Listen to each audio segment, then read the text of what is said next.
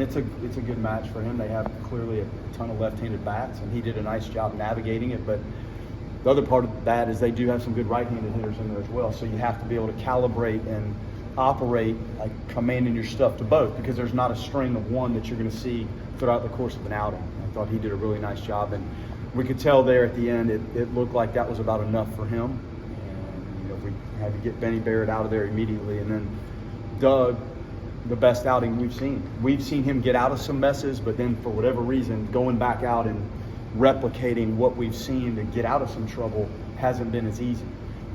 And the guy came here and caught. So this is still new, and he's coming off an injury, and we see flashes, and today we saw a lot of flashes, and he sequenced things really well. Slider had great spin. His fastball, clearly the velocity helps, and that makes the slider that much more difficult.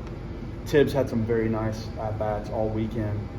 I think the base running in the first inning gets lost in the later part of the game, where the base hit, avoiding the tag at second, and then Holbrook rolls the ball in the middle, the shortstop fields it, and Tibbs scores from second base. And when you put 4 on the board and they put 3, one of them is going to be the difference, and it's inconsequential as to which one it is, but they all really mattered. And I thought his base running there was key. And Diames had some good at-bats today, and I think he had the one that put us up 4-3, I believe, after they tied it. So, that was a well-played game. Still, the one throw got away at some point, and Nander just didn't go in and get the one out of his glove after making the incredible diving play. But, a much-needed win, and you guys, everybody knows that.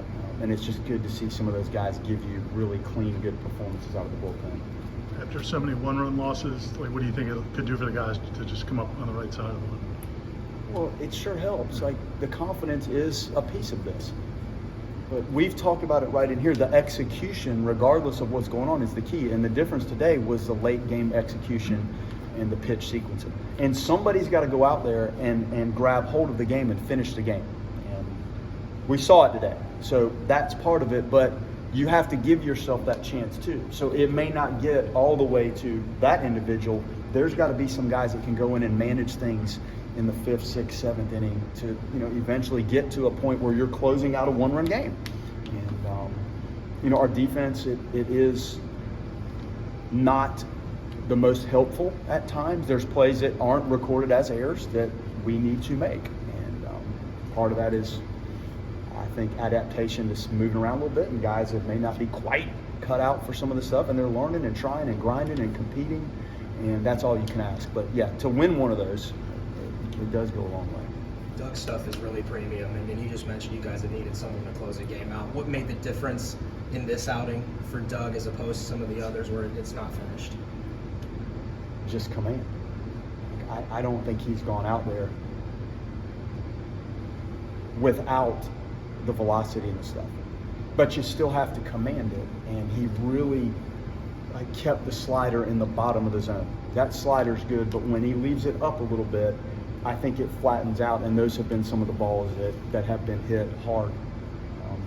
And then, the traffic, if you're not commanding it and you have a wild pitch, like first and second to third is a whole different situation, and, he's had that a little bit. So it's as plain and simple as the command. The mechanics of it, I don't think changes. The mentality and keeping it simple and staying with your poise and your stuff and staying in your legs and pitching like he trains to pitch. That's the difference. Now to walk out there in this situation and do it, that's a huge step. And now we have to repeat it, whether it's the 9th inning or the 5th or the 7th or whenever it is. That's what it should look like. We talked yesterday about lefties getting to the glove side against lefties. It seemed like Jamie did that pretty well today. Just how pleased were you to see him do the pitch lane? Loved it. And you guys can probably see more of it than from my vantage point. But, we have such an emphasis on where the catcher sets up and why and how, and we should be able to execute those. And I think against that group, especially at this field, when you have a shorter right field to deal with, if you can throw that good fastball away like we did, it helps a lot. And our plays big to center and left center, and today the wind was knocking it down and felt like a little bit.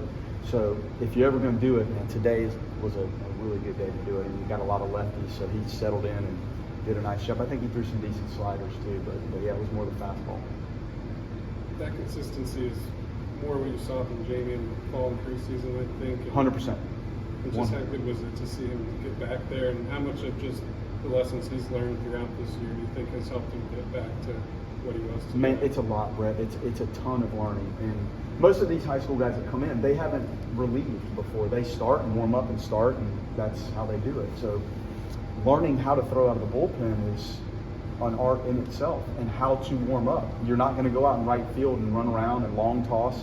You're down confined in that corner, and you have to be able to figure it out. And initially starting, like sometimes we start the younger guys and give them a role that's a little more familiar, but clearly, you know, we got to a point where that wasn't enough. And we thought with, you know, Wyatt Whitaker and some of the guys in Kirkland, like kind of there with Oxford and the guys later, might be easier for the freshmen. But he's had some really good outings out of the pen. Now, it hasn't been like that every time, but he's starting to show the ability to kind of manage it. And the fatigue of warming up in the pen and not waiting a week till you get up and go hard again is something that any of the young guys have to learn. Last time you broke the losing streak, you had to play again the next day. You guys get the day off tomorrow. Does that do anything for you? Does it not matter one bit? It's nice to sit on a good vibe. It really is. Like sometimes when you have to sit on it and it hasn't been going great, you just fester a little bit. And so it is nice to kind of regroup a little bit. And you know, you got an 8 o'clock game and a 3 and an 11. These things, especially when you're the home team, like we're here at 7:30, 8 o'clock to start this day, and that's unusual. I don't know is this the third or fourth one of these we've had? Maybe fourth. They're not easy, and it's almost easier being the visitors because the timeline for the visitors is always later. So tomorrow will be really nice for the fellas. Did you, in terms of, I mean, this is probably the hardest thing most of these guys have ever gone through on a baseball. What have you seen from their just approach when they show up at the ballpark each day?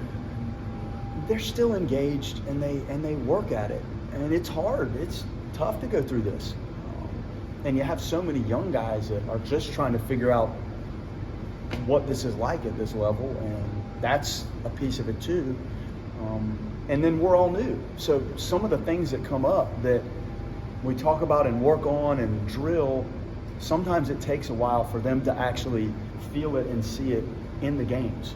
So they're 100% into it. Now it's tough because nobody likes going through this. I've gone through it really 2 times in my career, and it's the teaching and the messaging and making sure you're pulling some positives out, because even when you lose a game, there's somebody out there that did something well, and we try to pull that out and make sure that we're aware, make them aware that we've noticed some of the good things, and clearly constantly try to clean up the other stuff. So they're eager to learn and work.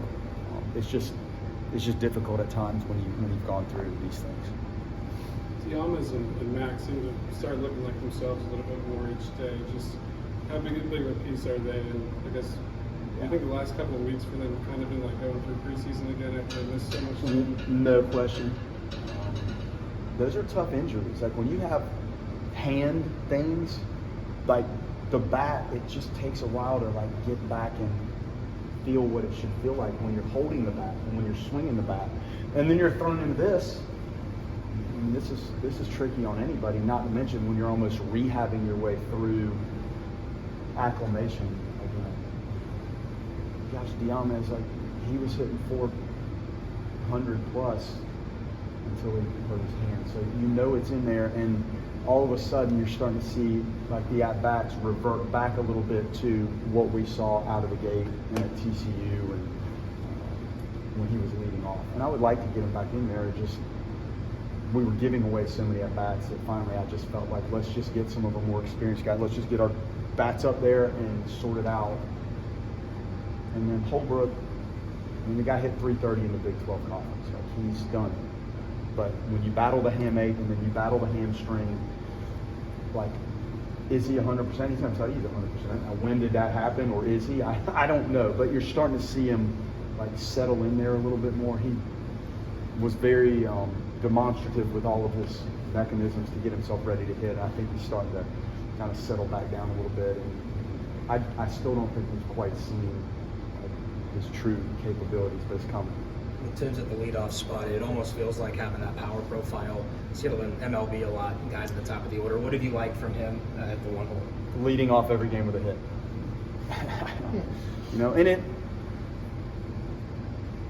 that has not been my style. Like, but you know, you'd like to have some runners, table setters up there to give the middle of the lineup chances, and knowing that guys at the top can run, maybe it requires them to pitch the middle a little bit differently.